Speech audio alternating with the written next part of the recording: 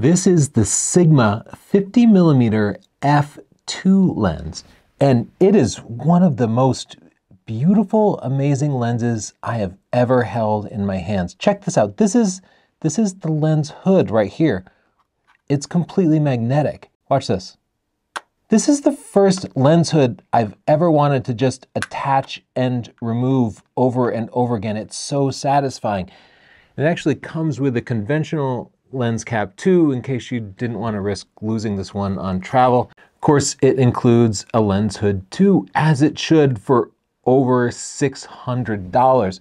Oh wait, one more thing. Just check out the action on that aperture, all the way to auto where it firmly locks in place, clicking right through nice and smooth. A very satisfying and confident autofocus on-off switch. We recently did a complete roundup of all the autofocus Sony 50mm lenses, but I don't have them all on hand, so I'm going to be directly comparing this to the Yongnuo 50mm lens. I know which one feels better in my hands. The Samyang 45, which is also really well suited to travel, being so small and light, and Sony's Zeiss 55mm f1.8, which is a hair longer and also feels good in the hands, but it doesn't have that nice aperture dial. 10 years ago when I started this YouTube channel, I would have absolutely shredded a $640 50f2 lens. Why? Because Sony makes a name brand 50mm f1.8 lens, and we just did a huge Sony 50mm roundup,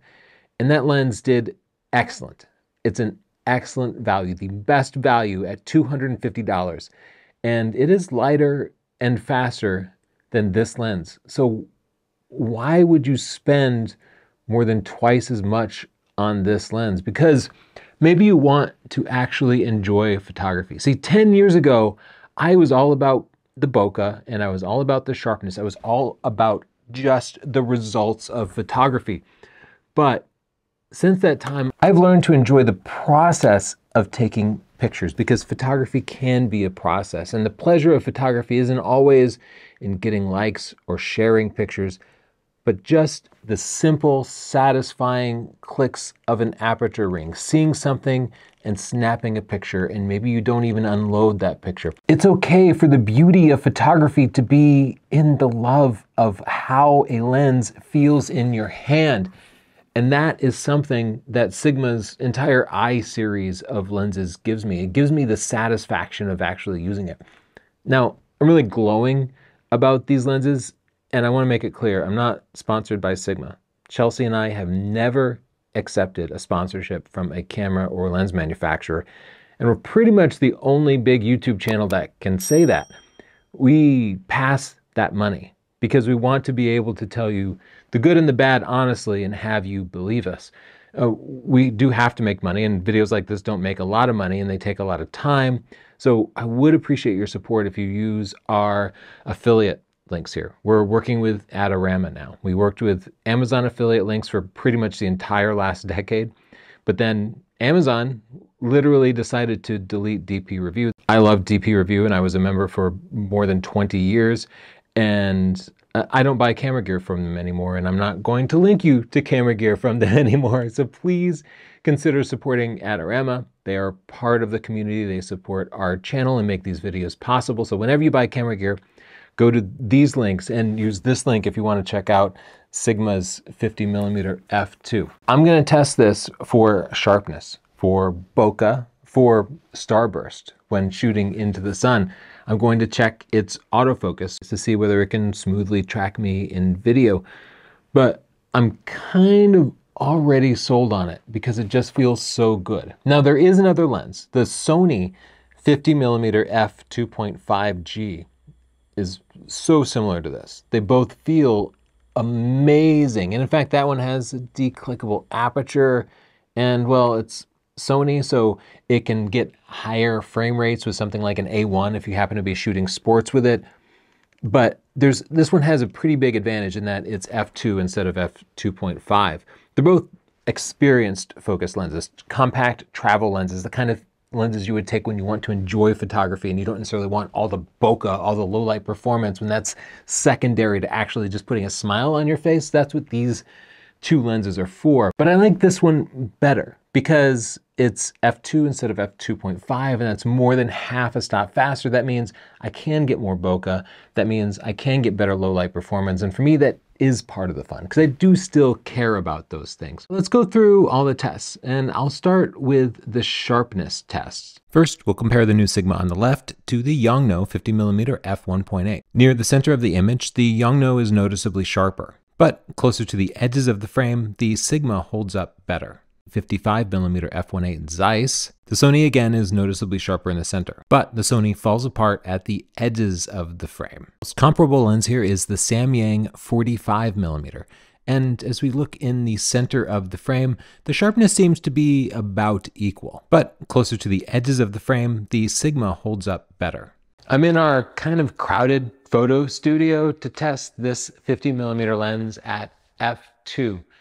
And oh, look at that background separation you get. Like, yes, there'd be more if it was f1.2, but the fact that you can get this sort of background separation in a lens that's really enjoyable to use and compact is amazing. And I'm listening carefully, and I do not hear any noise at all from the autofocus motors. That can be a really big concern with third-party lenses. Sometimes the autofocus lenses, even with the Sigma lenses, can be so loud, the mic will pick it up and ruin the video capabilities. So I feel like it's a win for the Sigma on the video test for creators. You can use this for headshots like this or for any sort of travel video and get great results. Now let's go into the photo studio and we'll test it for bokeh and contrast by shooting directly into a bright light. Comparing contrast and backlit situations to the Yongnuo 50mm f1.8, both at the same aperture, all these tests are done on equal apertures, we can see way more contrast out of the Sigma. The face here is just so much clearer. Sigma's really mastered the various coatings and such that provide that sort of clarity. Examining the background bokeh, the Sigma has slightly smoother bokeh, though the Yongnuo would open up more and provide bigger bokeh. Compared to the Zeiss 55mm f1.8, we can see again the Sigma has better contrast, but here the Sigma picked up some flaring that the Sony did not get. Well, at least it got less of it. But zooming in, you can see just how much clearer the eye is on the Sigma in that backlit situation. Checking the bokeh, we can see the Sigma has rounder bokeh than the Sony. Comparing the Sigma against the Samyang, we can see the Samyang has less flaring, but the Sigma has better contrast. The eye remained much clearer on the Sigma. Zooming into the bokeh, we can see the Sigma has much better bokeh than the Samyang does. Now let's go outside and I'll check the Starburst capabilities, shooting into the sun at the highest f-stop, which is f22. Comparing the Sigma's Starburst to the Yongnuo, you can see it seems like it's time for me to clean my sensor. That's not the fault of the lens, but this nice separation between the 18 Starburst points reveals 9 aperture blades, and it looks much better than the Yongnuo, which is messy, and the Yongnuo's flaring is just crazy. Compared to the more expensive Sony, you can see the Sony doesn't have great contrast, so it loses those separate Starburst blades, and again, this is a win for the Sigma. The Samyang Starburst is actually really interesting with sort of short and long starbursts. So, you know, it's subjective. You can pick the one that you like the best, but technically the Sigma is cleaner and more distinct with less flaring, so the Sigma wins this one. In real-world images testing Starburst, we can see it has 9 aperture blades, which creates 18 very nice points. Now, there is significant flaring and lots of color here, but a lot of this color is the light bouncing off the autofocus points on the Sony sensor, so we can't attribute that messiness to the lens, but rather the camera itself. Another sample of Mystic, just showing how I like to use the sun as a focal point at f22. Again, all this wild color is the fault of the Sony camera, not the lens, but this flaring here is something you could expect to see out of the lens. In the comments down below, let me know what you think of Sigma's lens here. Do you appreciate the design, the all metal barrel, the really satisfying clicks that you can get out of it?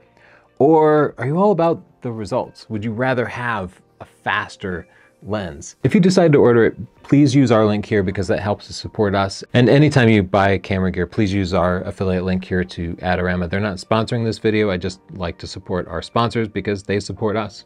Bye.